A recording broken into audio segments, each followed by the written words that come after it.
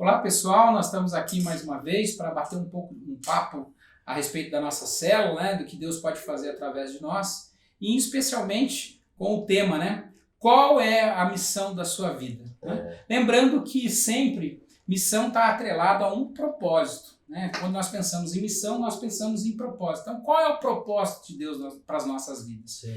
E para esclarecer um pouco mais esse assunto, eu gostaria de ler aqui em Efésios, capítulo 1, e verso de número 10 especificamente, que diz assim, 9 e 10, e nos revelou o mistério da sua vontade, de acordo com o seu bom propósito que ele estabeleceu em Cristo, isto é, de fazer convergir em Cristo todas as coisas celestiais ou terrenas na dispensação da plenitude dos tempos. Então nós podemos extrair aqui desse texto uma frase muito contundente a respeito do propósito que Deus tem, que é fazer convergir a Cristo todas as coisas. E pensando nisso, nós podemos imaginar pelo menos 3 pontos que refletem essa verdade. A primeira, que nós fomos criados para servir. A segunda, de que o alvo no nosso serviço é o nosso semelhante, o nosso próximo. E uma terceira, como conclusão dessas duas primeiras, de que a relevância da nossa vida, a importância da nossa vida é o serviço. Então eu gostaria de conversar com vocês, o que vocês acham a respeito disso? Marcos, o que você acha? Eu achei interessante que você comentou que às vezes nós, na nossa caminhada, a gente para nos 2 primeiros detalhes que você comentou, de que Jesus nos trouxe à luz, Jesus nos adotou, né, nos colocou, nos inseriu numa família, e às vezes a gente esquece essa questão de servir. A gente esquece que Deus nos criou para servir. Né? Ele próprio foi um exemplo disso, e me chamou a atenção nisso, que nós precisamos ser despertados como igreja, que Deus nos criou com essa missão, com esse propósito aí que a missão é, para servir. Isso é muito interessante. Nós temos um DNA de servir, né? Exatamente. E às vezes nós tem uma deixamos identidade. isso, né? às vezes nós deixamos isso passar batido. Exatamente. Não é? É verdade. Nós não se apercebemos dessa situação. Tem uma historinha que fala assim do crente, 4S, sentado, salvo e sossegado, né? Eu acho que não é 3S, desculpa. Não é isso, né? A chamada, pode né? ser o 4, que ele levanta para servir, né? Depois ele foi despertado, né? Despertado.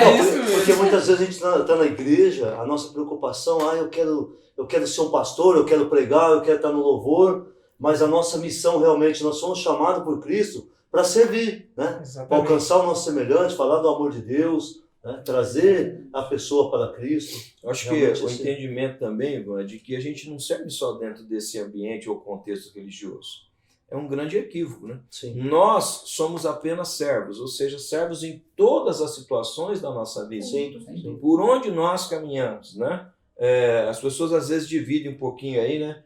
O secular, o religioso, né? Não, nós somos servos o tempo todo. Nós vivemos num mundo, né? Isso. Nós vivemos tanto na igreja como lá fora do nosso trabalho. Então nós temos que saber. Nós estamos inseridos em todos os contextos. Sim. Cristão de tempo integral. Isso. Uma frase que resume bem essa ideia. Esse texto aqui de Efésios que você citou, 2:10, ele fala que Deus de antemão, né, planejou para nós. Ou seja, Deus já tem um plano e um propósito para a nossa vida, ou seja, nos criou dessa maneira, né? Mas exatamente. Com esse DNA de servos, né? Verdade. E sabendo disso, Ivan e Márcio, o que vocês pensam a respeito, então, sobre qual o alvo, o foco do serviço, como sendo o semelhante, esse ponto 2 dessa nossa discussão?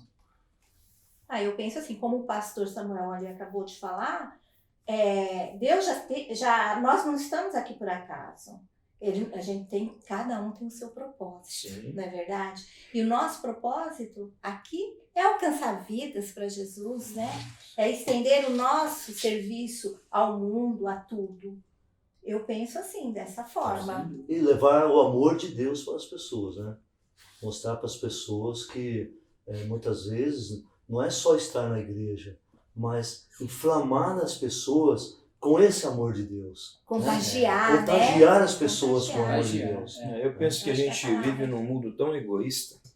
O foco é o eu sempre, né? As pessoas querem que o seu ego seja massageado, esperam serem servidos o tempo todo. Certo. Não é assim que a gente percebe as coisas, né? Mas nós, enquanto servos, né, do Senhor, a gente vive isso no cotidiano, quando a gente realmente estende a mão, tem esse olhar, né? para o próximo. Ou seja, é sempre procurar uma oportunidade. De que maneira eu posso ser bênção na vida do meu semelhante, né? Eu vejo que se a gente orar nessa direção, a resposta vem imediata. O pessoal quer resposta imediata, é só orar nessa direção. Acho que Paulo entendeu bem isso aí, né? Como o texto que você citou, segundo Filipenses 2, né? Verso 4, né? Cada um cuide não somente dos seus interesses, mas também dos interesses dos outros. Isso é chave, Marquinhos. Isso é chave. Procurar, né? Ou seja, eu estou procurando alguma maneira de abençoar o outro. Sim. Não os meus próprios interesses. Porque quando a gente pensa, às vezes, em serviço, principalmente na vida, às vezes há um desfoque da realidade no sentido de olhar para si próprio. O que eu estou fazendo? Sim. Mas, na verdade, é o que estou fazendo para o meu semelhante. Sim. Né? Então, o alvo do serviço é realmente o nosso semelhante, o nosso próximo. Às vezes o servir da gente é só dar um ombro amigo, não é verdade? Um abraço, às vezes o servir é só isso. Às vezes tem pessoas que só estão precisando disso. Nada além. Porque quando se fala no serviço, pensa em coisas materiais, somente isso, não. Eu acho que é aí que a gente tem que refletir o amor de Cristo em nossas vidas e das pessoas. Verdade. E por fim, então, a gente também discutiu ou colocou, né, a questão da relevância do serviço para a nossa vida, né? O que você acha disso, pastor Samuel?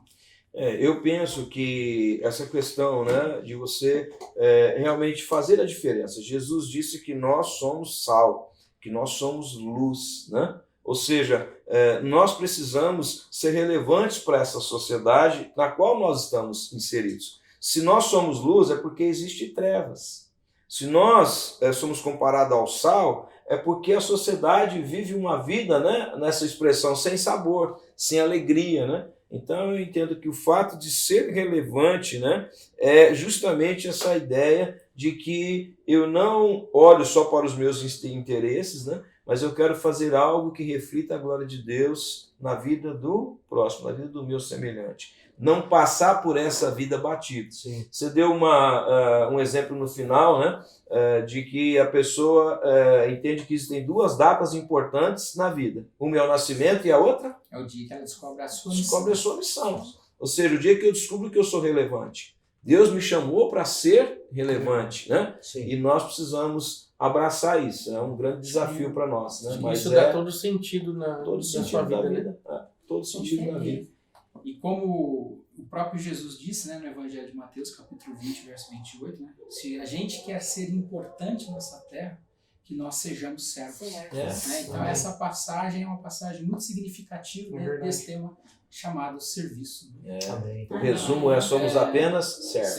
Exatamente. Se conclui nessa palavra. Aliás, a palavra conclui, né, que naquele dia o Senhor vai dizer assim: ó, pregador maravilhoso, missionário. Não, ele vai dizer o quê? Servo bom e fiel, né? Então nós somos apenas todo mundo nivelado, né? Não tem jeito. Então é isso, pessoal. Acredito que deve ter sido bênção para todos nós a gente conversar a respeito da palavra de Deus.